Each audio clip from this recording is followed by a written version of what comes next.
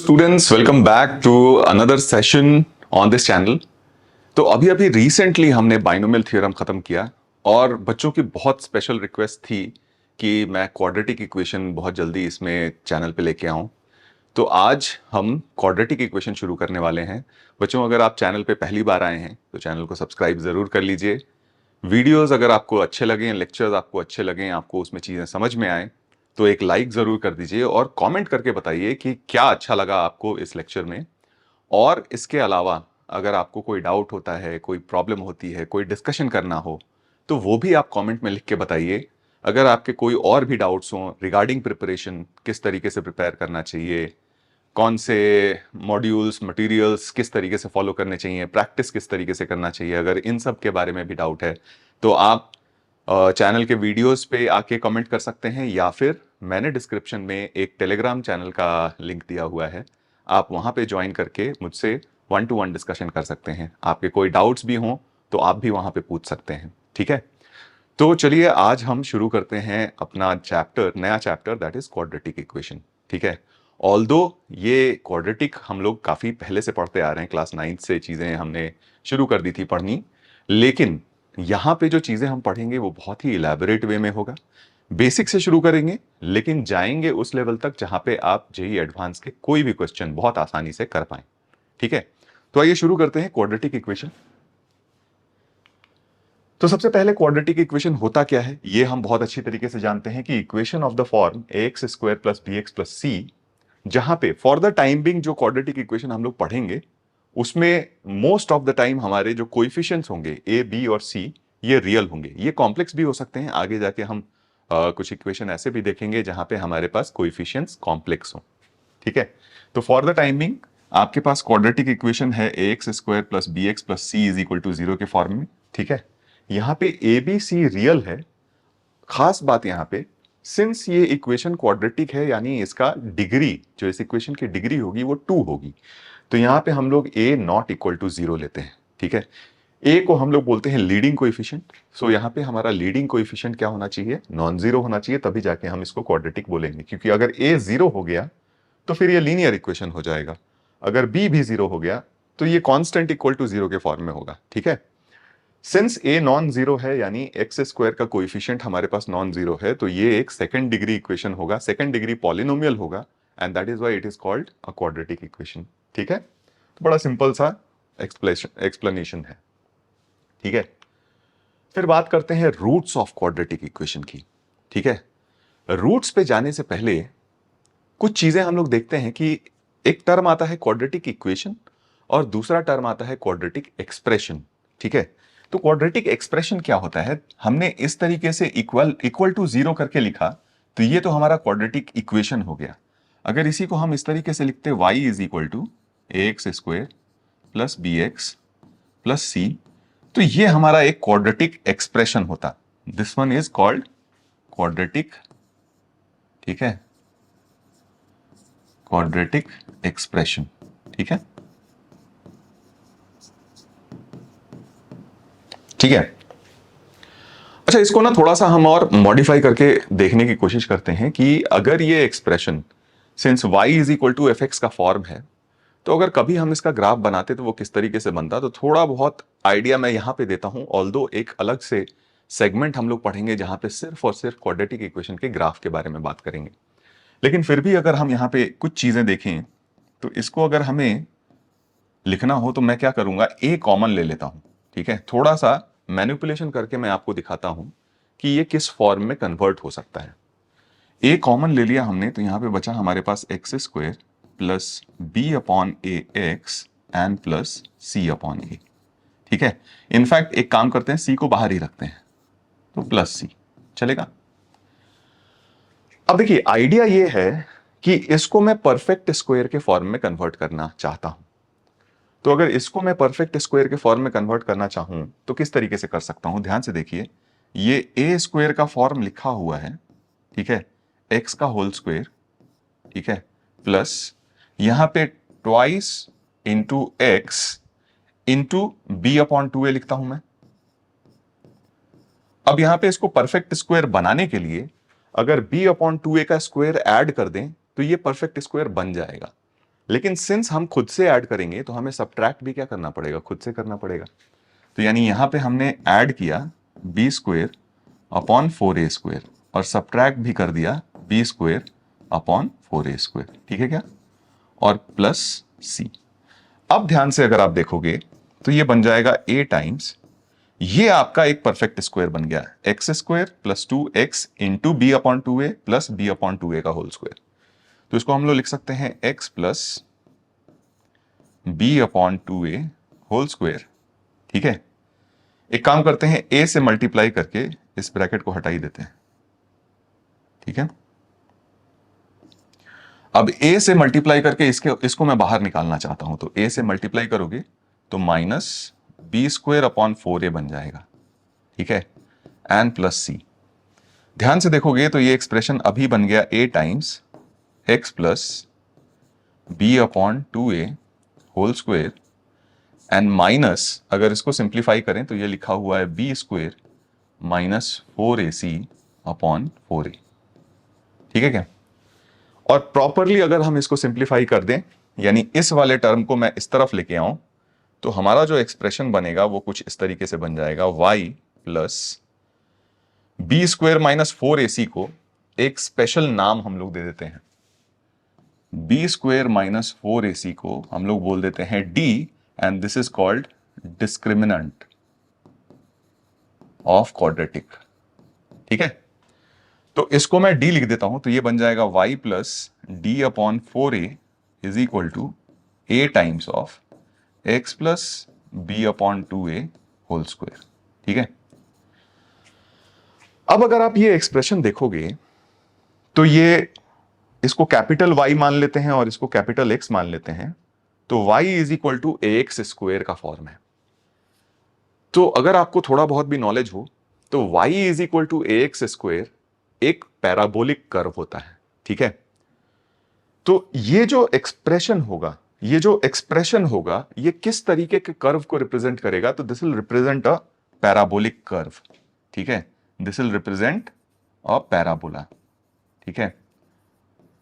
तो मतलब quadratic expression जो होता है आपका, वो किस तरीके के कर्व को रिप्रेजेंट करता है, एक पैराबोलिक कर्व को रिप्रेजेंट करता है। वहां पे इस a की बड़ी खास बात है, क्यों, क्योंकि a के साइन के ऊपर बहुत कुछ डिपेंड करता है। अगर a पॉजिटिव हुआ, और सिंस ये x² का फॉर्म है तो ये तो ऑलवेज पॉजिटिव होगा, नॉन नेगेटिव होगा बेसिकली। तो अगर a पॉजिटिव हुआ तो ये पूरा क्वांटिटी हमेशा नॉन नेगेटिव हो जाता है, ठीक है। यानी ये जो पैराबोला होगा ओपनिंग अपवर्ड्स होगा, और अगर a नेगेटिव होगा तो पैराबोला आपका ओपनिंग डाउनवर्ड्स हो जाएगा।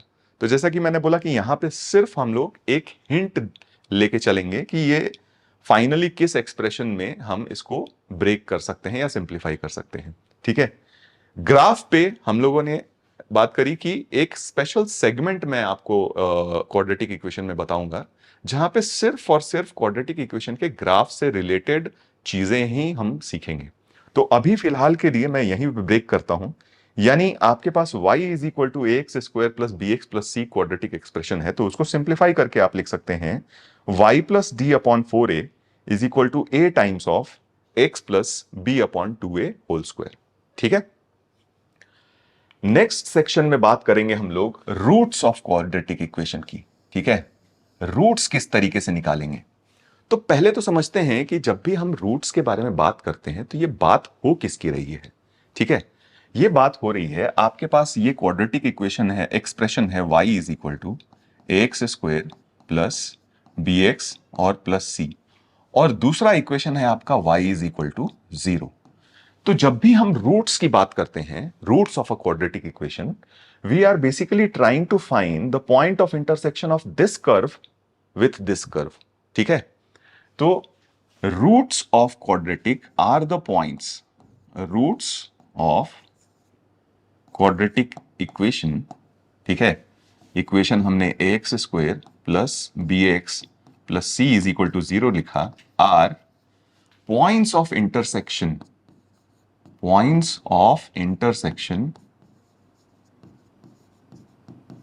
of curve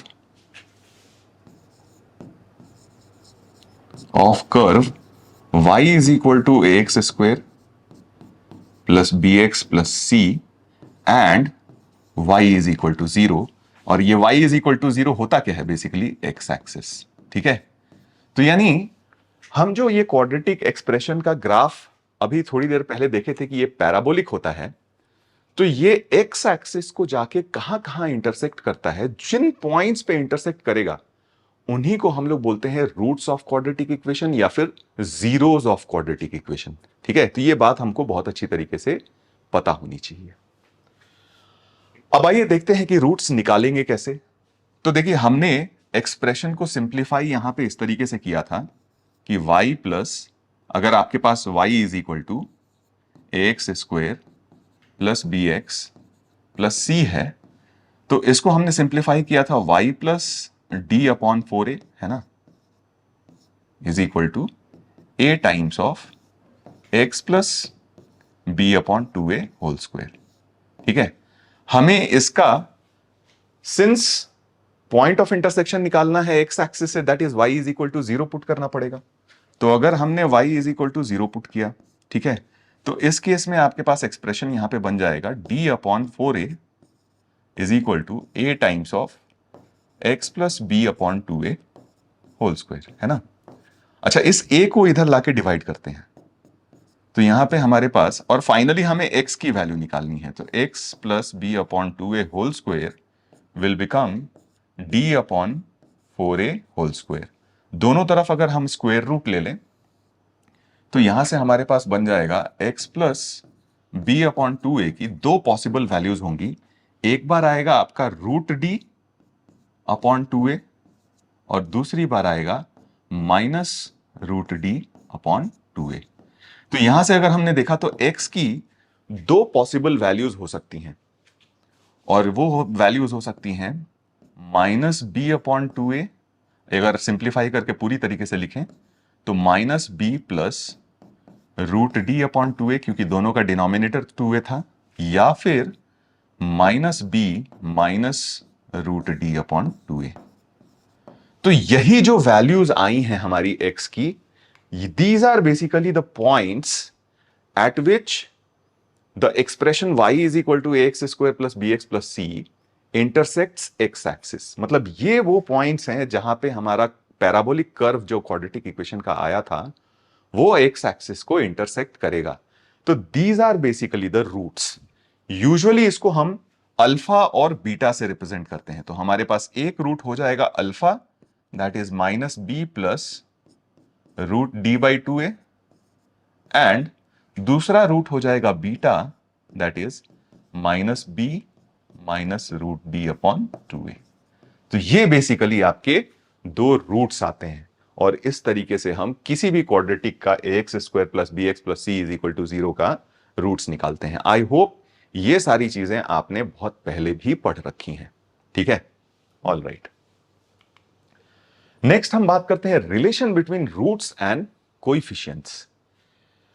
अब देखिए, हमने क्वाड्रेटिक इक्वेशन कंसीडर किया से ax square plus B x plus C is equal to 0, और इसके करस्पॉन्डिंग हमने दो रूट्स निकाले, alpha is equal to minus B upon 2a, मैं इस तरीके से लिखता हूं, plus root D upon 2a, है ना, and beta is equal to हमारे पास आया minus B upon 2a and minus root D upon 2a। ठीक है क्या?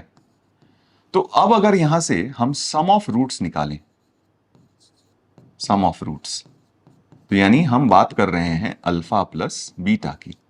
तो देखिए, अल्फा प्लस बीटा अगर हमने निकाला तो इन दोनों को ऐड करना पड़ेगा, तो ये वाली क्वांटिटी तो कैंसिल आउट हो गई। Minus B by 2a plus minus B by 2a मिलके हमारे पास माइनस बी अपॉन ए आ जाता है। और इसको अगर हम क्वाड्रेटिक एक्सप्रेशन से कंपेयर करें या इक्वेशन से कंपेयर करें, तो b किसको रिप्रेजेंट करता है? कोएफिशिएंट ऑफ x, और a किसको रिप्रेजेंट करता है? कोएफिशिएंट ऑफ x स्क्वायर को। तो सम ऑफ रूट्स हमारा हो जाएगा minus coefficient of x upon coefficient of x square. ठीक है। सिमिलरली अगर हम प्रोडक्ट ऑफ रूट्स की बात करें, product of roots, product of roots अगर हम देखेंगे तो ये हो जाएगा अल्फा इंटू बीटा। यहां से अगर हम सिंप्लीफाई करना चाहें तो ये वैल्यू हो जाएगी b square upon 4a square, क्योंकि a plus b into a minus b का फॉर्म है। तो दोनों को मल्टीप्लाई करिएगा तो आपके पास क्या हो जाएगा, A square minus B square and minus of B square minus 4ac upon 4a square. Simplify करने पे ये वैल्यू आ जाती है c अपॉन ए। c यहां पे किसको रिप्रेजेंट करता है, कांस्टेंट को, और a coefficient of X square. तो प्रोडक्ट ऑफ रूट्स हमारे पास हो जाएगा constant upon coefficient of X square. ठीक है, तो ये बेसिकली आ गया आपका sum of roots and product of roots. अगर मान लीजिए हम यहां पे डिफरेंस ऑफ रूट्स भी निकालना चाहें, क्योंकि ये क्वांटिटी भी बड़ी फ्रीक्वेंटली यूज होती है, तो इसका एक्सप्रेशन भी हमें पता होना चाहिए। तो अगर मैं यहां पे डिफरेंस ऑफ रूट्स की बात करूं, डिफरेंस ऑफ रूट्स, तो मैं absolute value of the difference यानी mod of alpha minus beta की बात करना चाहता हूं। तो ये आपका हो जाएगा root over alpha minus beta whole square, है ना। इसको सिंप्लीफाई करिएगा तो ये बन जाएगा root over alpha plus beta whole square minus 4 alpha beta, है ना। जब वैल्यूज यहां सब्स्टिट्यूट करेंगे तो देखिए ध्यान से, अल्फा प्लस बीटा की वैल्यू हो जाएगी माइनस बी अपॉन ए, तो ये बन गया b square by a square minus 4ab आ गया आपका 4c बाई ए। सिंप्लीफाई करने पे अगर आप ध्यान से देखें तो स्क्वायर रूट के अंदर बन जाएगा बी स्क्वायर माइनस 4ac, और ये a को मैं बाहर निकाल लेता हूं तो ये मॉड ऑफ a, और बी स्क्वायर माइनस 4ac को हमने एक खास नाम दिया था, डिस्क्रिमिनेंट, दैट इज d। तो डिफरेंस ऑफ रूट्स जो आ जाएगा आपका वो root d upon mod a आ जाता है। ठीक है, तो ये भी हम याद रखेंगे क्योंकि कई बार क्वेश्चंस में इसका डायरेक्ट एप्लीकेशन आ जाता है। तो this is all about relation between roots and coefficients. ठीक है, कुछ इंपॉर्टेंट नोट्स, ये बहुत ही इंपॉर्टेंट हैं क्योंकि इससे काफी सारी चीजें, कंसेप्चुअल क्लैरिटी आपको मिलेगी।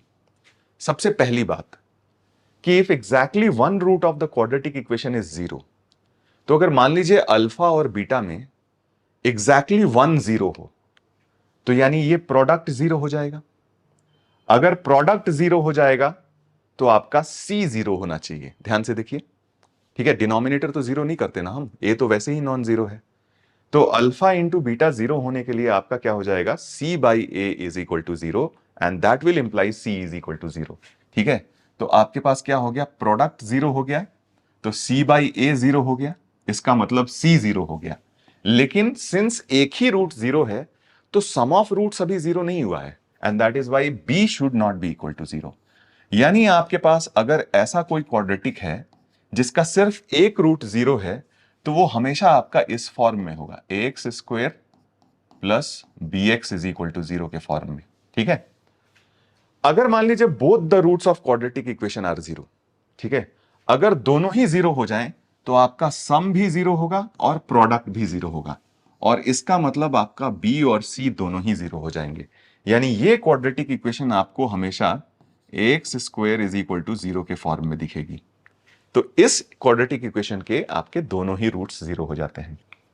अच्छा, if one root is infinity, अब मान लीजिए एक रूट इंफिनिटी हो जाए तो उस केस में हम बात कैसे करेंगे। तो हम क्या करते हैं कि अपने क्वाड्रेटिक इक्वेशन में ax square plus bx plus c में x के बदले में 1 अपॉन y रख देते हैं। x के बदले में 1 अपॉन y रख देंगे तो हमारा नया क्वाड्रेटिक ये बन जाएगा। अब सिंस x इंफिनिटी को अप्रोच कर रहा है तो y 1 अपॉन y जो हो जाएगा, x इंफिनिटी को अप्रोच कर रहा है तो y is equal to 1 upon x हो जाएगा। तो अगर x इंफिनिटी को जाएगा तो y किधर को जाएगा, 0 को। तो अगर एक रूट इंफिनिटी है, ठीक है, किसी भी क्वाड्रेटिक का अगर मान लीजिए सिर्फ एक रूट इंफिनिटी है तो इन दैट केस इस क्वाड्रेटिक का एक रूट 0 होगा। ठीक है, और अगर इस क्वाड्रेटिक का एक रूट 0 हुआ तो आपका प्रोडक्ट क्या हो जाएगा, 0, और प्रोडक्ट 0 होगा यानी कहने का मतलब a बाई सी की वैल्यू 0, यानी a इज इक्वल टू 0 आ जाएगा। ठीक है, and b is not equal to 0। यानी अगर आपके पास ये क्वाड्रेटिक है ax square plus bx plus c is equal to 0, इसका अगर एक रूट इंफिनिटी है तो आपके पास कंडीशन क्या होना चाहिए कि a की वैल्यू 0 हो जाएगी और b की वैल्यू 0 नहीं होगी। अब यहां पे आप बोल सकते हो कि सर आप अपनी ही बातों को कॉन्ट्राडिक्ट कर रहे हो। कौन सी बात को? मैंने बोला था कि क्वाड्रेटिक इक्वेशन में लीडिंग कोएफिशिएंट जीरो नहीं होता है, ठीक है। लेकिन अब मैं जब इंफिनिटी, एक रूट इंफिनिटी की बात कर रहा हूं, तो मैं बोल रहा हूं को एक्स स्क्वायर का कोएफिशिएंट जीरो हो जाएगा। तो ये क्वाड्रेटिक तो रहा ही नहीं ना। एक्स स्क्वायर का अगर कोएफिशिएंट जीरो हो गया तो आपके पास तो लीनियर इक्वेशन बचेगा, तो फिर वहां पे तो एक ही रूट की बात होती है। देखिए, होता क्या है कि इक्वेशन एक फंडामेंटल प्रिंसिपल है पॉलिनोमियल में, और वो ये कहता है कि जितने डिग्री का इक्वेशन होगा उसके उतने रूट्स होंगे, ठीक है। आप समझिए मैं फिर से क्या कह रहा हूं। If there is an nth degree polynomial then it will have n roots. अब ये रूट्स रियल होंगे, इमेजिनरी होंगे, इस पे कोई चर्चा नहीं होती है, लेकिन ये बोला जाता है कि अगर n डिग्री का पॉलिनोमियल है तो उसके n रूट्स होंगे, ठीक है। अब देखिए, हर क्वांटिटी में, अगर किसी भी क्वांटिटी में आप क्वाड्रेटिक इक्वेशन बनाइएगा तो उसमें इंफिनिटी रूट्स को होल्ड करना हर क्वांटिटी के बस की बात नहीं है। जैसे फॉर एग्जांपल मैं बताता हूं कि अगर मान लीजिए आपने नंबर ऑफ एप्पल्स और नंबर ऑफ ऑरेंजेस, इस तरह के क्वांटिटीज में एक्स को आपने नंबर ऑफ एप्पल्स बोल दिया, ठीक है, या फिर आपने एक्स को कोई भी एक वैल्यू बिटवीन 0 और 5 बोल दिया, कुछ भी एक फाइनाइट क्वांटिटी बोल दिया, तो उसके उस इक्वेशन, वो जो इक्वेशन फॉर्म करिएगा तो उसमें इनफाइनाइट वैल्यू होल्ड करना बड़ा डिफिकल्ट होता है। लेकिन कुछ क्वांटिटी ऐसी हैं, जैसे स्लोप में, अगर मान लीजिए आपने स्लोप में इक्वेशन बनाया और एक 2 डिग्री इक्वेशन बना, लेकिन फाइनली सिंप्लीफाई होके उसमें क्वाड्रेटिक वाले टर्म का एक्सप्रेशन जीरो हो जाता है, तो स्लोप एक ऐसी क्वांटिटी है जो इंफिनिटी को होल्ड कर सकती है, क्योंकि अगर slope is equal to infinity होता है तो हमें पता है कि straight line perpendicular to x axis हो जाता है, ठीक है। तो यानी स्लोप में अगर क्वाड्रेटिक आया और उसमें आपका second degree term cancel out हो गया, तो वहां पे आपके पास स्टिल दो रूट्स होंगे, जिसमें से एक रूट आपका क्या होगा, इंफिनिटी, और दूसरा रूट जो भी आप निकालिएगा, ठीक है। तो ऐसे ऐसा नहीं है कि हमने क्वाड्रेटिक इक्वेशन में कुछ ज्यादा चेंज किया है। यहां पे अगर आप जान लीजिए, कहने का मतलब, इस स्टेटमेंट को पहले अच्छी तरीके से समझते हैं कि जैसे मान लीजिए आपको पहले से ही दिया हुआ है कि ये एक क्वाड्रेटिक एक्सप्रेशन है, और यहां पे फिर a की वैल्यू अगर 0 आ रही है तो यहां स्टिल आपके दो रूट्स होंगे, जिसमें एक रूट आपका -c/b आ जाएगा और दूसरा रूट जो होगा आपका इंफिनिटी होगा। अब ये इंफिनिटी कौन सी क्वांटिटी होल्ड कर सकती है, इस पे डिपेंड करेगा कि वो इंफिनिटी की वैल्यू पचा सकती है या नहीं पचा सकती है। सबके बस की बात नहीं होती है। जैसे स्लोप हो गया, स्लोप उतना केपेबल है कि इंफिनिटी को अपने पास होल्ड कर सकता है, क्योंकि अगर किसी लाइन का स्लोप इनफाइनाइट होता है, यानी वो लाइन ऐसा नहीं है कि एग्जिस्ट नहीं करता, वो लाइन एग्जिस्ट करता है और वो लाइन एक्स एक्सिस के परपेंडिकुलर होता है, ठीक है क्या। तो ये बात हम ध्यान में रखेंगे। सिमिलरली, अगर किसी क्वाड्रेटिक इक्वेशन के दोनों ही रूट इनफाइनाइट हो जाए, ठीक है, तो दोनों ही रूट इनफाइनाइट हो जाएंगे। अगर इस वाले क्वाड्रेटिक इक्वेशन के दोनों रूट इनफाइनाइट हो गए तो इस वाले क्वाड्रेटिक इक्वेशन के दोनों रूट जीरो हो जाएंगे, और अगर इस वाले क्वाड्रेटिक के दोनों रूट जीरो हो गए तो आपके पास ए और बी दोनों जीरो हो जाएगा, ठीक है क्या। स्टिल अगेन, ये आपको पता होना चाहिए कि ये क्वाड्रेटिक एक्सप्रेशन दिया हुआ है, और इस क्वाड्रेटिक एक्सप्रेशन में मान लीजिए ए और बी दोनों जीरो हो गए, तो उस केस में अगर इसके रूट हैं तो वो रूट दोनों क्या होंगे, इंफिनिटी होंगे, ठीक है। तो ये बात हम याद में रखेंगे, ठीक है। फिर if roots of quadratic equation are opposite in sign, अगर मान लीजिए रूट्स ऑपोजिट इन साइन हुए, तो अल्फा और बीटा दोनों की न्यूमेरिकल वैल्यू सेम है, साइन ऑपोजिट है, तो उनका सम क्या हो जाएगा, जीरो। तो इन दैट केस आपका सम जीरो होगा। रू नहीं, ऑपोजिट इन साइन सिर्फ दिया हुआ है, न्यूमेरिकल वैल्यू सेम नहीं दिया हुआ है। ऑपोजिट इन साइन है तो यानी अगर अल्फा पॉजिटिव है तो बीटा नेगेटिव है, तो उस केस में आपका प्रोडक्ट नेगेटिव हो जाता है, क्योंकि अल्फा इंटू बीटा आपका एक पॉजिटिव और एक नेगेटिव क्वांटिटी का प्रोडक्ट क्या हो जाएगा, नेगेटिव, ठीक है। सम के बारे में आप कुछ भी कंक्लूड नहीं कर सकते, क्योंकि सम की वैल्यू पॉजिटिव होगी या नेगेटिव होगी, ये इस पे डिपेंड करेगा कि दोनों की न्यूमेरिकल वैल्यू क्या है, एब्सोल्यूट वैल्यू क्या है। जैसा कि मैं थोड़ी देर पहले भी बात कर रहा था कि अगर मान लीजिए दोनों की एब्सोल्यूट वैल्यू सेम होती है और दोनों ऑपोजिट साइन के होते हैं, तो उस केस में आपका सम जीरो हो जाएगा, ठीक है। सम जीरो हो जाएगा यानी बी की वैल्यू आपकी जीरो हो जाएगी, प्रोडक्ट स्टिल नेगेटिव रहेगा, ठीक है। अगर मान लीजिए आपके पॉजिटिव वाले रूट की एब्सोल्यूट वैल्यू ज्यादा है नेगेटिव वाले रूट से, तो इस केस में सम पॉजिटिव रहेगा। और अगर मान लीजिए आपके पॉजिटिव वाले की एब्सोल्यूट वैल्यू कम और नेगेटिव वाले की एब्सोल्यूट वैल्यू ज्यादा है, ठीक है, तो इस केस में सम नेगेटिव हो जाएगा। तो सम के बारे में हम पूरी तरीके से कंक्लूड नहीं कर पाएंगे, लेकिन in any of the three cases product आपका हमेशा नेगेटिव रहेगा, ठीक है। And if roots of equation are numerically equal but opposite in sign, then sum is equal to zero, और सम अगर जीरो होगा तो minus B by a is equal to zero होगा, यानी b is equal to zero होगा। यानी इस case में आपका इक्वेशन हमेशा एक्स स्क्वेयर और minus c is equal to zero के फॉर्म में होगा, जहां सी एक पॉजिटिव क्वांटिटी है, ठीक है, अगर रियल रूट के बारे में बात करनी है तो, ठीक है। फिर अब बहुत इंपॉर्टेंट सेक्शन आता है, ये सबसे इंपॉर्टेंट सेक्शन है, इसको हमें बहुत ही ध्यान से समझना है, सीखना है, क्योंकि इसी पे मेजॉरिटी सवाल आपको मिलेंगे आने वाले कुछ लेक्चर्स में, और आने वाले कुछ स्लाइड्स में भी, ठीक है।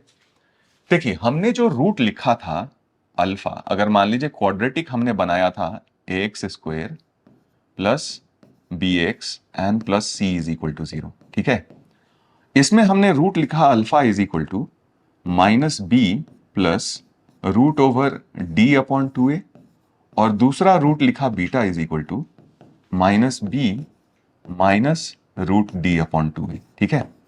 और इसमें हमारे पास d की जो वैल्यू होती है वो बी स्क्वायर माइनस 4ac हो जाती है। अब ध्यान से देखिए, ये जो d है ये रूट के अंदर में है। अब रूट के अंदर में d की वैल्यू पॉजिटिव भी हो सकती है, नेगेटिव भी हो सकती है, जीरो भी हो सकती है, तो उस पर बहुत कुछ डिपेंड करेगा। अगर ये पॉजिटिव होती है तो ये पूरा क्वांटिटी पॉजिटिव होगा, given that a b c real है। सॉरी, d अगर पॉजिटिव है तो ये रूट d आपकी एक रियल वैल्यू होगी, और ये पूरा रूट आपका रियल हो जाएगा, गिवन दैट a और b पहले से रियल है। अगर d आपका नेगेटिव होता है तो उस केस में आपका रूट d इमेजिनरी हो जाएगा, ठीक है। तो इसमें जब हम रियल और इमेजिनरी रूट्स की बात करते हैं तो इसमें मेजर कंट्रीब्यूटर जो होता है वो कौन कौन सा क्वांटिटी होता है, d होता है, ठीक है। तो जब हम नेचर ऑफ रूट्स की बात करेंगे तो इसमें सबसे पहला नेचर हम लोग बात करते हैं, ठीक है, रियल एंड इमेजिनरी रूट्स की। रियल एंड इमेजिनरी रूट्स ये कब कब हमारे पास होता है, तो ध्यान से देखेंगे। देखिए, रूट्स अगर रियल होने हैं, ठीक है, रूट्स अगर रियल होने हैं तो सबसे पहला जो पार्ट हमें पता होना चाहिए वो ए बी सी के बारे में पता होना चाहिए। तो ए बी सी अगर रियल है एंड डी अगर पॉजिटिव आ जाए, ध्यान से देखिए, डी पॉजिटिव आ जाए तो ये वैल्यू एक फाइनाइट वैल्यू होगी और रियल वैल्यू होगी, ठीक है। तो इस केस में आपके पास ये भी रियल हो गया, ये भी रियल हो गया, और ये दोनों सेम नहीं होंगे। तो यानी यहां से आपके पास हो जाता है, this will imply roots are real and distinct. Roots are real and distinct, ठीक है। दूसरा कंडीशन ये हो सकता है कि अगर d की वैल्यू जीरो हो जाए, तो अगर d is equal to zero हो जाए तो ये क्वांटिटी यहां से वैनिश हो जाएगी, ये भी क्वांटिटी वैनिश हो जाएगी। तो दोनों ही रूट्स देखिएगा तो आपका minus B by two A minus B by two A आ जाएगा।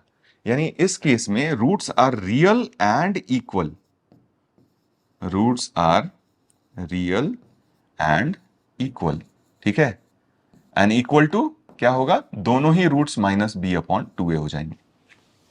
तीसरा कंडीशन अगर आप देखते हो, जब d की वैल्यू लेस देन जीरो हो जाए, तो d की वैल्यू अगर मान लीजिए लेस देन जीरो है तो फिर ये क्वांटिटी इमेजिनरी हो जाएगी, ठीक है, given that a b c आपके ऑलरेडी रियल है। तो d अगर लेस देन जीरो है तो ये क्वांटिटी इमेजिनरी, ये क्वांटिटी भी imaginary, this implies roots are imaginary. Roots क्या हो जाएंगे आपके, इमेजिनरी हो जाएंगे। अब इस वाले केस को ना थोड़ा और डिस्कस करते हैं, ये थर्ड वाले केस को थोड़ा और एक्सपैंड करते हैं कि इमेजिनरी रूट्स तो होंगे लेकिन हम इसको थोड़ा और इन्वेस्टिगेट करना चाहते हैं। तो देखिए, d हमने लेस देन जीरो लिया है, तो मान लेते हैं से d इज इक्वल टू के स्क्वायर, जहां k एक रियल वैल्यू है, ठीक है। Minus k square. तो ये एक, अगर के रियल है और नॉन जीरो है, R minus zero, R plus लिख देता हूं मैं, तो पॉजिटिव रियल वैल्यू हो जाएगी, के बिलोंग्स टू आर प्लस। तो मतलब के एक पॉजिटिव रियल वैल्यू है, तो d is equal to minus k square हमेशा नेगेटिव होगा। तो एक बार ये पुट करके देखते हैं कि ये जो रूट्स आएंगे ये किस फॉर्म में आ रहे हैं।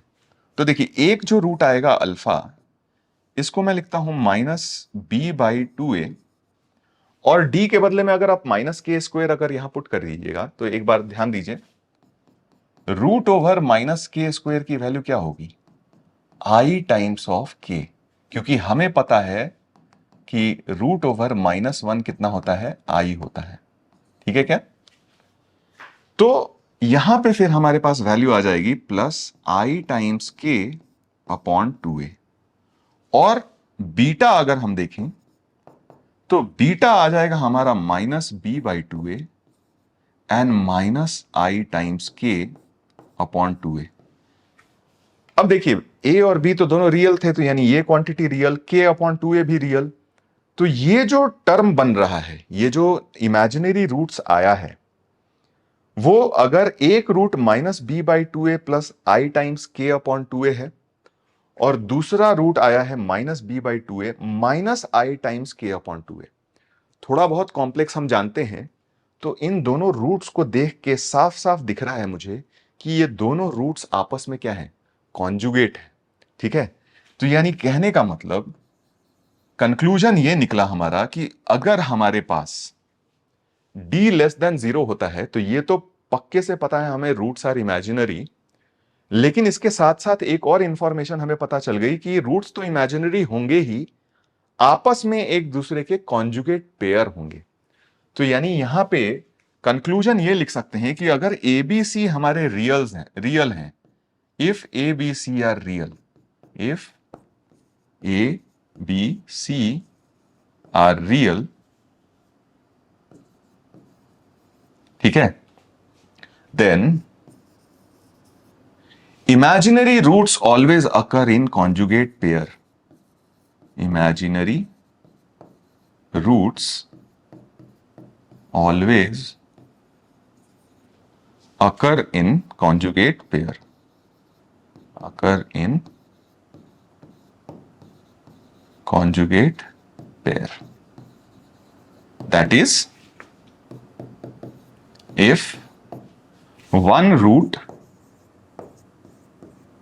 is a plus ib, या a b नहीं लिखते हैं, कुछ और टर्म्स यहां यूज कर लेते हैं, one root is p plus iq, then other root will be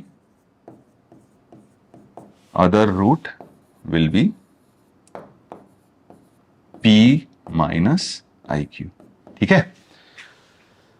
याद रखने वाली बात क्या रही यहां पे, कि अगर ए बी सी रियल है, डी लेस देन 0 है, तो रूट्स तो इमेजिनरी होंगे ही, ये रूट्स हमेशा कॉन्जुगेट पेयर में आएंगे। यानी एक रूट अगर आपके पास p प्लस आई क्यू का फॉर्म दिया हुआ है, तो दूसरा रूट आपका क्या होगा, p minus I Q. Condition ये वाला हमेशा याद रखना चाहिए, क्योंकि यही हम सबसे ज्यादा गलती करते हैं कि ये हम नहीं देखते। जब ये ए बी सी रियल होंगे तभी हम ये बात कंक्लूड करेंगे, अगर रियल नहीं होंगे तो ये बात हम कंक्लूड नहीं कर सकते। ठीक है क्या? तो ये चीज याद रखेंगे। तो ये तो हुआ नेचर ऑफ रूट्स के बारे में, जब हम रियल और इमेजिनरी रूट्स की बात करते हैं। ठीक है? दूसरा एक और केस देखते हैं, सेकंड, जब हम रैशनल एंड इरैशनल रूट्स की बात करते हैं, rational and irrational roots, irrational roots। इस केस में हम लेंगे, सिंस रैशनल और इरैशनल की बात कर रहे हैं, तो यहां पे a b c are rational का केस लेके चलेंगे। ए बी सी अगर रैशनल है, ठीक है, तो इन दैट केस हमारे पास जो रूट्स आए थे, alpha is equal to -b/2a plus root d/2a आया है ना, और दूसरा आया, मान लीजिए बीटा हमने पहले ही निकाल रखा है, -b/2a एंड -√d/2a। अब देखिए ध्यान से, अगर ए बी सी रैशनल है तो ये -b/2a तो रैशनल हुआ। ये जो √d है ना, ये रैशनल भी हो सकता है, इररैशनल भी हो सकता है। रैशनल कब होगा? जब d परफेक्ट स्क्वायर हो, और इररैशनल कब होगा? जब d परफेक्ट स्क्वायर नहीं हो। तो यानी अब यहां से हमारे पास दो कंडीशंस आ गए, ठीक है। First condition is if d is a perfect square, ठीक है, परफेक्ट स्क्वायर,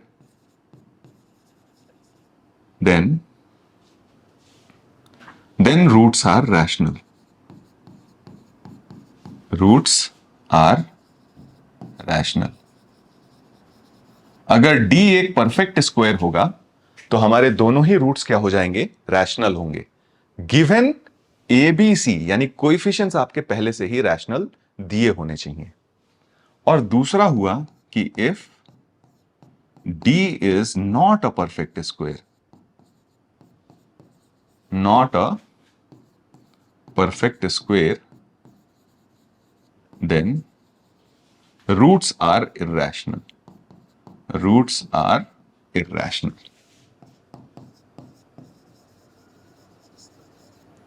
ठीक है। तो अगर d परफेक्ट स्क्वायर हुआ तो roots rational, d perfect square नहीं हुआ तो रूट्स क्या हो जाएंगे? इररैशनल। अब इस वाले केस को थोड़ा और इन्वेस्टिगेट करते हैं, इररैशनल रूट्स वाले केस को। अब मान लीजिए अगर d परफेक्ट स्क्वायर नहीं होता है तो आपका एक रूट जो आया वो -b/2a। अब देखिए ध्यान से, ये एक रैशनल टर्म होगा और ये वाला एक इररैशनल टर्म हो जाएगा, ठीक है। तो आपका जो एक रूट होगा से b/2a को मैं एक रैशनल वैल्यू, चलो अभी फिलहाल के लिए ऐसे देख लेते हैं कि अगर अल्फा इज इक्वल टू, इसको मैं फॉर द टाइमिंग चलो -b/2a को मैं p बोल देता हूं, ठीक है, और √d/2a को मैं √q बोल देता हूं, ठीक है। तो अगर alpha is equal to p plus √q है तो देखिएगा बीटा आपको पहले से ही पता है कि ये p माइनस √q हो जाएगा, ठीक है क्या। यानी इस केस में जैसा इमेजिनरी रूट्स के साथ हुआ था, यहां पे इररैशनल रूट्स के साथ भी वैसा ही हो रहा है कि अगर ए बी सी रैशनल हैं तो आपके दोनों रूट्स जो होंगे वो हमेशा कॉन्जुगेट पेयर में आएंगे। यानी अगर एक रूट p प्लस √q है तो दूसरा रूट अपने आप p माइनस √q बन जाएगा। तो इस केस में in case roots if d is less than 0, then irrational roots always occur in pair. Irrational roots always occur in pair.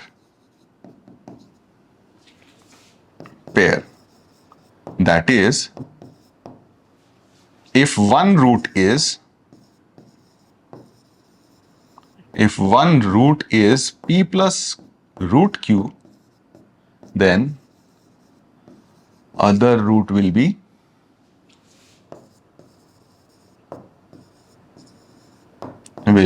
p minus √q and vice versa.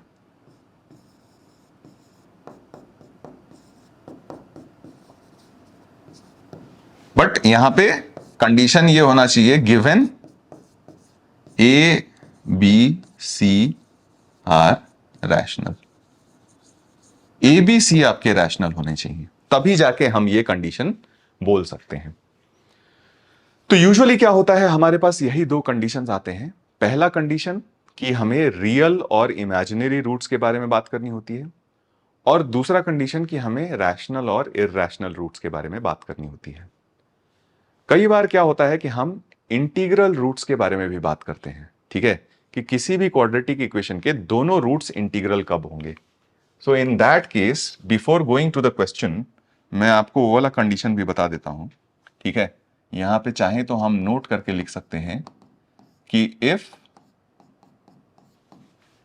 A b c are integers, ठीक है, and a b c are integers, then roots of ax square plus bx plus c is equal to 0 are integers if, ठीक है, are integers if d is a perfect square and a is 1. d is a perfect square and a is 1. तो अगर आपको किसी equation के दोनों roots rational बनाने हो, ठीक है, अगर दोनों रूट्स रैशनल बनाने हो तो उसको सिंप्लीफाइड फॉर्म में इक्वेशन को लिख लीजिए, और वहां से अगर आपका d परफेक्ट स्क्वायर हो और a इज इक्वल टू 1 हो तो फॉर श्योर इस इक्वेशन के रूट्स जो होंगे, sorry integral roots, for sure इस इक्वेशन के रूट्स क्या हो जाएंगे, इंटीग्रल हो जाएंगे। ठीक है, तो ये भी हमें ध्यान में रखना चाहिए, कई बार यूज हो जाता है। ठीक है, सेकेंड पॉइंट ये भी बहुत इंपॉर्टेंट है कि जैसे मान लीजिए आपके पास ax square plus B x plus C is equal to 0 quadratic equation दिया हुआ है, और अगर मान लीजिए if a plus b plus C is equal to 0 आ जाए, यानी that is sum of coefficients is equal to 0, sum of coefficients is equal to 0 आ जाए, तो यानी कहने का मतलब कि इस इक्वेशन को देखिए तो x is equal to 1 satisfy कर रहा है। तो अगर सम ऑफ कोएफिशिएंट्स 0 आ जाता है तो दिस विल इंप्लाई कि x is equal to 1 is a root of ax square plus bx plus c is equal to 0। तो अगर मान लीजिए किसी भी क्वाड्रेटिक इक्वेशन में सम ऑफ कोएफिशिएंट्स अगर आपका 0 आ जाता है तो यानी x इज इक्वल टू 1 उस इक्वेशन को सेटिस्फाई कर रहा है, यानी x इज इक्वल टू 1 उस इक्वेशन का क्या हो जाएगा, एक रूट हो जाएगा। ठीक है, तो ये कुछ बातें हम लोग याद रखेंगे, प्रॉब्लम सॉल्विंग में काफी काम आएगा। ठीक है, चलिए, तो प्रॉब्लम सॉल्विंग का नाम लिया तो एक सवाल करते हैं। ठीक है, पॉज करिए वीडियो और खुद से एक बार ट्राई करके देखिए आप लोग इसका आंसर किस तरीके से निकालते हैं। देखिए हमारे पास दिया हुआ है कि if roots of this equation are alpha and beta then find the value of this quantity. अब देखो इसको करने के ना दो मेथड्स हैं। ठीक है, आपने होपफुली वीडियो पॉज करके आप अटेम्प्ट कर रहे होंगे, नहीं कर रहे हो तो जल्दी से वीडियो पॉज करो, अटेम्प्ट करो, है ना, क्योंकि इतना भी डिफिकल्ट सवाल नहीं है कि बिना आप समझे नहीं कर पाओगे। हिंट मैं दे देता हूं, हिंट यहां पे वो कॉन्सेप्ट यूज होगा जो हमने relation between roots and coefficient निकाला था। ठीक है, तो उस कॉन्सेप्ट को यूज करके ये सवाल करना है। फटाफट आप लोग अटेम्प्ट करने में शुरू हो जाओ। ठीक है, बहुत जरूरी है क्योंकि जब वापस आके देखोगे तो सोचोगे कि आपने कौन से वाले मेथड से किया, मेथड 1 से या मेथड 2 से। ठीक है, मेथड 1 से किया तो थोड़ा लेंदी जाएगा, मेथड 2 से किया तो यानी आपने दिमाग लगा के सवाल सॉल्व किया है। तो देखिए ध्यान से, तो इसमें पहला मेथड हम यूज करेंगे मेथड 1, बहुत ट्रेडिशनल।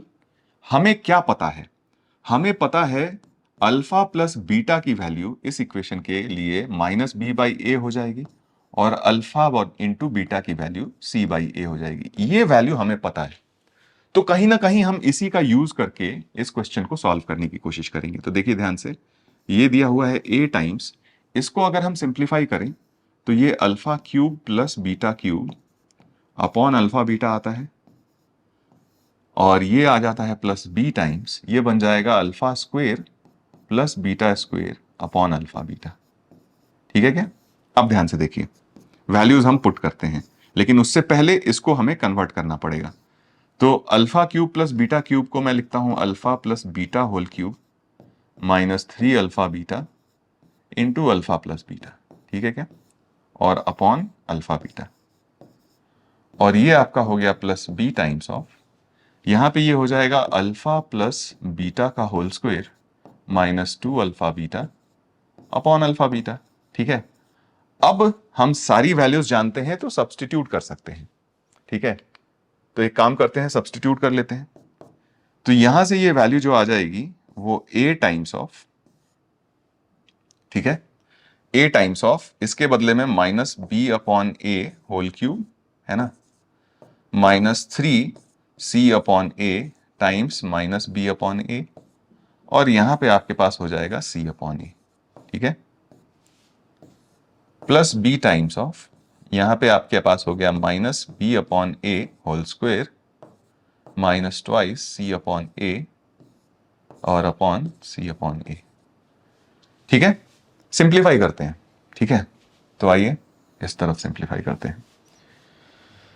तो ये बन गया a टाइम्स ऑफ, डिनोमिनेटर अभी हम छोड़ देते हैं, इसमें क्या लिखा हुआ है आपका, तो ये minus B cube upon A cube, minus B cube upon A cube, तो ये जो ए क्यूब आ रहा है ना, इसको मैं नीचे ले लेता हूं, तो माइनस बी क्यूब, और यहां पे बन जाएगा आपका 3abc, और अपॉन ए क्यूब आया था तो ये बन जाएगा ए स्क्वायर सी, ठीक है, and plus b times of, ये हो जाएगा b square upon a square आएगा, तो ये बन गया b square minus 2bc 2ac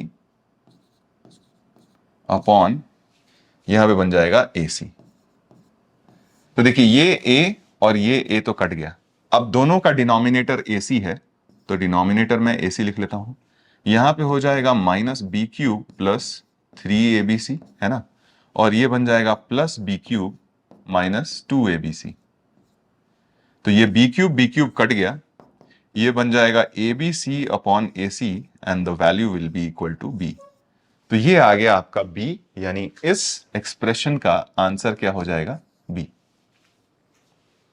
लेकिन मैंने बोला था कि ये थोड़ा लेंदी अप्रोच हो गया, ठीक है, ये हो गया हमारा मेथड 1। इसको थोड़ा शॉर्ट में बनाते हैं और बात करते हैं मेथड 2 की, ठीक है, मेथड 2। देखिए हमें दिया हुआ है x square plus B x plus C is equal to 0, और इसके रूट्स दिए हुए हैं अल्फा और बीटा, तो यानी अल्फा और बीटा इसको सेटिस्फाई करेगा, तो यानी हमारे पास हो गया A alpha square plus B alpha plus C is equal to 0 and A beta square plus B beta and plus C is equal to 0। तो ये हमें चीजें पता है और हम इसी का यूज करेंगे। इसके अलावा आपको यह भी पता है कि alpha plus beta is equal to minus B upon A and alpha beta is equal to C upon A, ठीक है। तो ये सारा इंफॉर्मेशन हमें पता है। अब यहां से हम क्या करेंगे कि जो एक्सप्रेशन हमें निकालना था, तो अगर आप ध्यान से देखिए तो ये निकालना है a times alpha square upon beta plus beta square upon alpha और plus b times alpha upon beta plus beta upon alpha, ठीक है। तो a times alpha square upon beta plus beta square upon alpha and plus b times, ये हो जाएगा alpha upon beta and plus beta upon alpha. अब ध्यान से देखिए, ये वाला जो टर्म है a into alpha square by beta, इसको साथ में, और b into alpha by beta, इसको साथ में लेके चलते हैं, तो दोनों का डिनोमिनेटर हो गया बीटा, यहां पे आपके पास बन जाएगा a alpha square plus b alpha. Similarly इसके साथ करिएगा तो डिनोमिनेटर हो गया अल्फा और ये बन जाएगा a beta square plus b beta. अब ध्यान से देखिए, इस वाले एक्सप्रेशन का हम यूज कर सकते हैं। हम जानते हैं a alpha square plus b alpha की वैल्यू माइनस c के बराबर होगी। Similarly a beta square plus b beta की वैल्यू भी माइनस c के बराबर होगी। तो इन दोनों के बदले में मैं लिख देता हूं minus c upon beta and plus plus हट के माइनस c अपॉन अल्फा।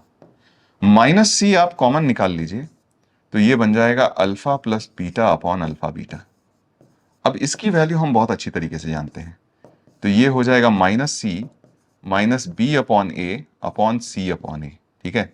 ये माइनस माइनस कैंसिल, ये ए कैंसिल, तो ये बन गया b c upon c which is nothing but B.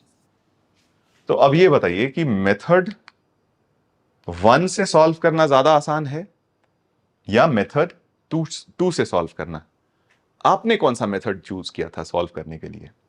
अगर आपने मेथड 2 चूज किया था तो यानी आप पूरी अवेयरनेस के साथ क्वेश्चन सॉल्व कर रहे हो।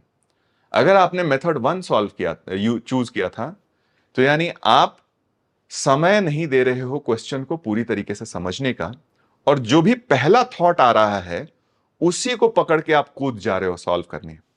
यही चीजें हमें सीखनी है। हमें अपना मैथमेटिकल एप्टीट्यूड इस तरीके से बनाना है कि क्वेश्चन को हम पहले समझेंगे और सोचेंगे कि कितने पॉसिबल वेज हो सकते हैं इस सवाल को करने के, और उसमें से हम वो रास्ता चुनेंगे जो सबसे छोटा और सबसे आसान हो। ठीक है, and this is what we need to learn over the entire period, जहां पे हम लोग लेक्चर्स देख रहे हैं और प्रॉब्लम सॉल्विंग एबिलिटीज अपनी इंक्रीज कर रहे हैं। ठीक है क्या? तो ये ध्यान में रखेंगे। चलिए, तो नेक्स्ट मैं लेता हूं सवाल। ठीक है, नेक्स्ट क्वेश्चन मैं लेता हूं यहां पे ये वाला।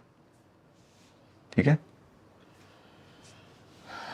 तो क्वेश्चन है कि if alpha beta are roots of quadratic equation x square minus 2x plus 5 is equal to 0, then form a quadratic equation whose roots are this and this. अच्छा, एक और बात, इस क्वेश्चन को करने से पहले, ठीक है, एक कॉन्सेप्ट मैं आपको बताना चाहता हूं। ठीक है, और कॉन्सेप्ट ये है, ध्यान से देखिए, इसको मैं यहां पे एक पेज ऐड करके कर लेता हूं। ठीक है, कॉन्सेप्ट ये है कि देखिए, हमने ये इक्वेशन लिखा था x square plus B x plus C is equal to 0। अब अगर ध्यान से देखिए तो इसको अगर ए को कॉमन ले लूं मैं, तो ये एक्स स्क्वायर प्लस, ये प्लस के बदले में मैं इसको इस तरीके से लिखता हूं, minus of minus B upon A X and plus C upon A. ठीक है क्या? अब अगर आप ध्यान से देखिएगा तो ये बन गया आपका ए टाइम्स ऑफ एक्स स्क्वायर, इसके बदले में, ठीक है, इसके बदले में मैं अल्फा प्लस बीटा लिख सकता हूं, तो ये हो गया minus of alpha plus beta x, और इसके बदले में अल्फा बीटा लिख सकता हूं, प्रोडक्ट ऑफ रूट्स, जहां इसके रूट्स हैं अल्फा एंड बीटा, है ना।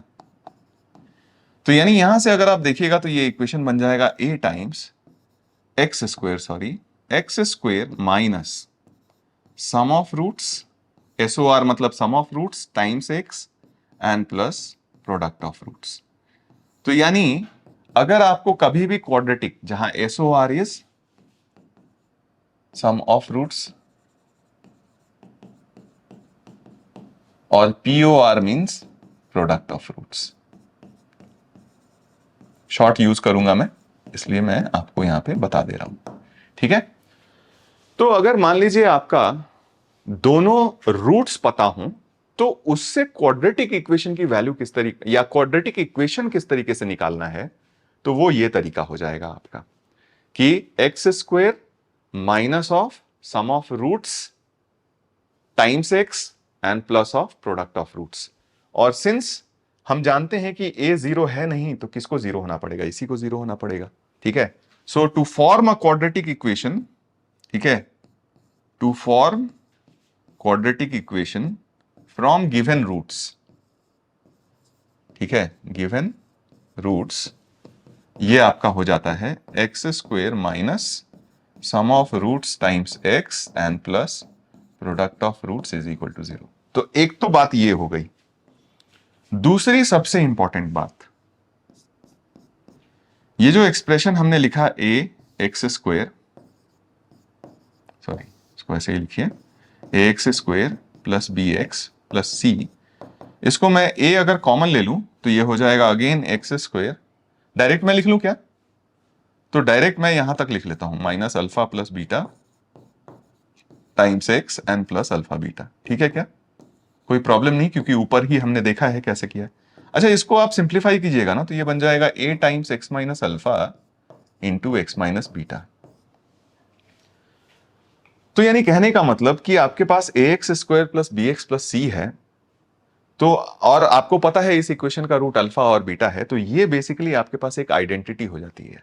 आइडेंटिटी क्या होता है? क्योंकि ये एक्स की किसी भी वैल्यू के लिए ट्रू है। ठीक है, सो आप A X square plus B x plus C is equal to लिख सकते हो A times of X minus alpha into X minus beta, given that alpha and beta are roots of A X square plus B x plus C is equal to 0। ठीक है, तो ये भी एक बहुत इंपॉर्टेंट कॉन्सेप्ट है, इसको भी आप हमेशा याद रखिएगा, क्योंकि आप देखिएगा क्वेश्चन में इसका बहुत एप्लीकेशन आता है। ठीक है, now since we know this, अब हम इस सवाल पे वापस आ सकते हैं। तो ध्यान से देखिए इस सवाल को करेंगे कैसे। आपके पास अल्फा बीटा इस इक्वेशन के रूट्स दिए हुए हैं, तो आपको तरीका यह सोचना चाहिए, ठीक है, अगर आपको आसान तरीका सोचना है तो क्या आप इस इक्वेशन के रूट्स निकाल सकते हो बहुत आसानी से? तो नहीं, वो निकलता हुआ तो दिख नहीं रहा है मुझे, ठीक है। तो हम अल्फा और बीटा की वैल्यू इस तरीके से तो नहीं निकालेंगे। हमें एक नया इक्वेशन चाहिए जिसके रूट्स ये है और ये है। अब ये तो बड़ा भयानक सा एक्सप्रेशन दिख रहा है। अब यहां पे अगर हम सम ऑफ रूट्स और प्रोडक्ट ऑफ रूट्स निकालने लगे तो बहुत मेहनत हो जाएगी। तो हम क्या करेंगे, इसको पहले सिंप्लीफाई करेंगे। सिंप्लीफाई कैसे करेंगे? Using the given quadratic equation. तो यानी हमें पता था कि आपके पास X square minus 2x plus 5 is equal to 0 के दो रूट्स हैं, अल्फा और बीटा, ठीक है। तो यानी अल्फा इसको सेटिस्फाई करेगा। तो alpha square minus 2 alpha plus 5 is equal to 0 होगा। यहां से देखिएगा तो अल्फा स्क्वेयर की वैल्यू 2 अल्फा माइनस 5 हो जाएगी, और दोनों तरफ अगर एक अल्फा से मल्टीप्लाई कर दीजिए तो alpha cube is equal to 2 alpha square minus 5 alpha होगा, और ये बन जाएगा ट्वाइस अल्फा स्क्वेयर की वैल्यू यहां से वापस सब्सटीट्यूट कर देते हैं, तो 2 alpha minus 5 and minus 5 alpha, और ध्यान से देखिएगा तो ये बन जाएगा माइनस अल्फा माइनस 10। फायदा क्या हुआ यहां पे, यानी यहां से हमने सीखा क्या? पहले तो हमें सीख समझ में आनी चाहिए कि ये हमने क्यों किया। तो जब भी इस तरह के एक्सप्रेशन में आपका अल्फा का अगर पावर बहुत बड़ा हो तो आप क्वाड्रेटिक इक्वेशन यूज करके अल्फा का पावर क्या कर सकते हो? रिड्यूस कर सकते हो। जैसे हमने अल्फा क्यूब को अल्फा के फॉर्म में एक्सप्रेस कर दिया।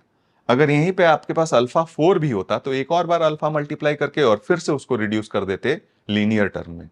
यानी क्वाड्रेटिक की हेल्प से आप अल्फा के किसी भी पावर को अल्फा के लीनियर एक्सप्रेशन के फॉर्म में एक्सप्रेस कर सकते हो यूजिंग द क्वाड्रेटिक इटसेल्फ, ठीक है।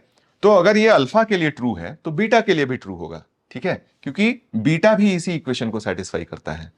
तो यहां से अगर हमने ये वैल्यू यहां पे सब्सटीट्यूट कर दी तो फर्स्ट रूट, जैसे मान लीजिए इस रूट को फॉर द टाइम बीइंग मैं ए मान लेता हूं और इस रूट को मैं बी मान लेता हूं, ठीक है। तो ए की वैल्यू है हमारे पास alpha cube plus alpha square minus alpha and plus 22। तो यहां वैल्यूज हम सब्सटीट्यूट कर देते हैं। अल्फा क्यूब के बदले में minus alpha minus 10, alpha square के बदले में 2 अल्फा माइनस 5, और ये आपका हो गया माइनस अल्फा प्लस 22।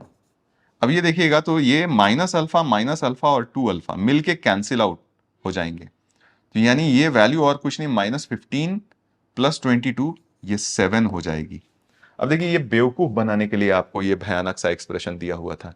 एक्चुअली इस एक्सप्रेशन की वैल्यू तो 7 है, ठीक है क्या? और ये हमने कैसे आइडेंटिफाई कर लिया? जब हमने अल्फा क्यूब को अल्फा के फॉर्म में और अल्फा स्क्वायर को भी अल्फा के फॉर्म में एक्सप्रेस किया। तो सेम काम हम दूसरे रूट बी के साथ भी करेंगे। तो बी जो हमें दिया हुआ है वो beta cube plus 4 beta square minus 7 beta and plus 35 दिया हुआ है। तो बीटा क्यूब की भी वैल्यू हो जाएगी माइनस बीटा माइनस 10, तो minus beta minus 10 plus 4 times ये आपका हो जाएगा 2 beta minus 5 and minus 7 beta plus 35, ठीक है क्या?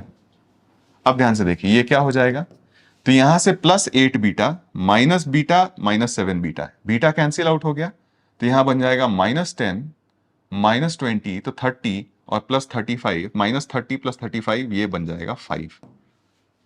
अब बताइए आपको सिंपली 7 और 5 न देके इस एक्सप्रेशन में वैल्यू दे दी गई थी, ठीक है।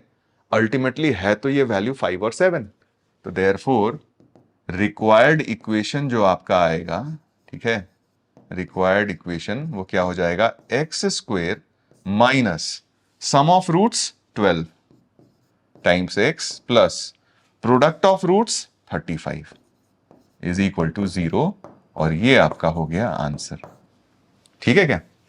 बहुत शानदार सवाल है और इस तरह के सवाल जेई पूछ भी चुका है, ठीक है। चलिए नेक्स्ट हम बात करते हैं, if x is equal to this find the value of this, ठीक है। अब यहां पे जो प्रोसेस हम अप्लाई करेंगे, ठीक है, वो ये होगा कि हम पहले एक ऐसा क्वाड्रेटिक बनाना चाहते हैं जिसमें x की वैल्यू ये हो। तो एक काम करते हैं, बेसिकली हम इसको x minus three is equal to √5 लेके और दोनों तरफ स्क्वायर कर देते हैं। तो हम पहले अपना क्वाड्रेटिक बना लेते हैं जिसका रूट 3 प्लस √5 हो। तो x minus three whole square is equal to 5 हो जाएगा और ये बन जाएगा x square minus 6x plus 9 minus 5, तो प्लस 4 इज इक्वल टू 0। यानी ये क्वाड्रेटिक है, इसका एक रूट हो जाएगा 3 प्लस √5। दूसरा रूट फटाफट आप गेस करके बताइए, ठीक है। दूसरा रूट अपने कॉपी पे गेस करके लिखिए कि इसका दूसरा रूट क्या होगा। क्या आपने गेस करके इसका दूसरा रूट 3 माइनस √5 लिखा है? अगर लिखा है तो बिल्कुल सही लिखा है, क्योंकि यहां पे x के सारे कोएफिशिएंट्स क्या है, रैशनल हैं। और अगर एक रूट 3 प्लस √5 है तो दूसरा रूट अपने आप क्या हो जाएगा, 3 माइनस √5। चेक भी कर सकते हो, 3 माइनस √5 और 3 प्लस √5, सम ऑफ रूट 6, तो यहां पे सम ऑफ रूट 6 आ रहा है। प्रोडक्ट ऑफ रूट्स 9 माइनस 5 4, तो ये भी बिल्कुल सही है, ठीक है। तो हमारे पास ये अब क्वाड्रेटिक आ गया जिसमें x की वैल्यू 3 प्लस √5 डालने से वैल्यू 0 हो जा रही है, लेकिन हमें इसकी वैल्यू नहीं, इसकी वैल्यू निकालनी है। तो अब आइडिया सुनिए, आइडिया बड़ा सिंपल सा है।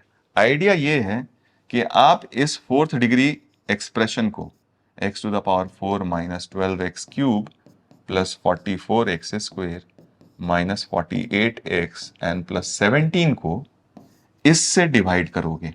किससे? जो क्वाड्रेटिक आपने बनाया है x square minus 6x plus 4 से। तो हम लॉन्ग डिवीजन मेथड से इसको क्या करेंगे, डिवाइड करेंगे, ठीक है। तो आइए डिवाइड करते हैं। तो एक्स स्क्वायर टाइम्स, तो यहां पे हो गया x to the power 4 minus 6x cube plus 4x square. दोनों को सब्ट्रैक्ट करिए तो माइनस प्लस माइनस ये कैंसिल आउट हो गया। यहां पे आपका हो गया minus 6x cube and plus 40x square, ऊपर से आ गया माइनस 48x। फिर हम डालते हैं माइनस 6x, तो ये हो जाएगा minus 6x cube plus 36x square and minus 24x, है ना। सब्ट्रैक्ट करिए तो प्लस माइनस प्लस ये हो गया कैंसिल। यहां पे आ जाएगा 4x स्क्वायर माइनस 24x, ऊपर से आ जाएगा प्लस 17, तो यहां पे प्लस 4, तो ये बन गया 4x square minus 24x plus 16। Subtract किया हमने माइनस प्लस माइनस, तो ये कैंसिल, वैल्यू आ गई 1, ठीक है। यानी कहने का मतलब कि ये जो एक्सप्रेशन है इसको हम लिख सकते हैं आपका डिवाइजर, है ना, this into this plus remainder. तो X square minus 4x plus 6 into X square minus 4x plus 4 था, सॉरी माइनस 6x प्लस 4 था,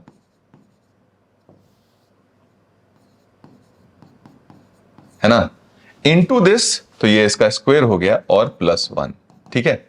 अब ध्यान से देखिए, इस एक्सप्रेशन की वैल्यू निकालनी है जब आप x is equal to 3 plus √5 इसमें रखोगे। तो जैसे ही आप 3 प्लस √5 रखोगे ये वैल्यू तो 0 हो जाएगी। तो जो भी आंसर आएगा वो बस जो रिमाइंडर आया है वही आपका आंसर हो जाएगा।